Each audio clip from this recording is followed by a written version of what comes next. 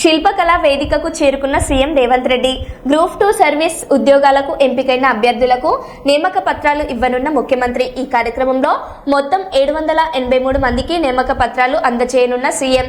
ఈ కార్యక్రమంలో పాల్గొన్న డిప్యూటీ సీఎం బట్టి విక్రమార్క, మంత్రి పొన్నం ప్రభాకర్, ఇతర ప్రముఖులు. ముఖ్యమంత్రి గారు, ఉప ముఖ్యమంత్రి గారు మూడు రంగుల జెండా బట్టి సింగమోలే కదిలినాడు ఒక్కరో కాంగ్రెస్ సూర్యుడు. సోనియమ్మ దివెనతోని రాహులన్న సైనికుడయ్యి పెద్ద కొడుకై యుద్ధం చెయ్య సిద్ధమాయే రేవంత్ మన రేవంత్ అన్న నిగ్గదీసి అడిగే మొనగాడు.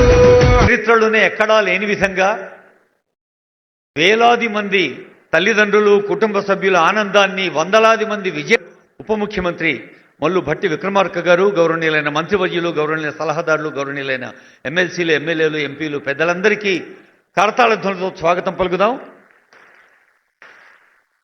కెమెరాలో మన చిరునవ్వులు వస్తాయి, వీడియోలో చప్పట్లు కూడా వస్తాయి.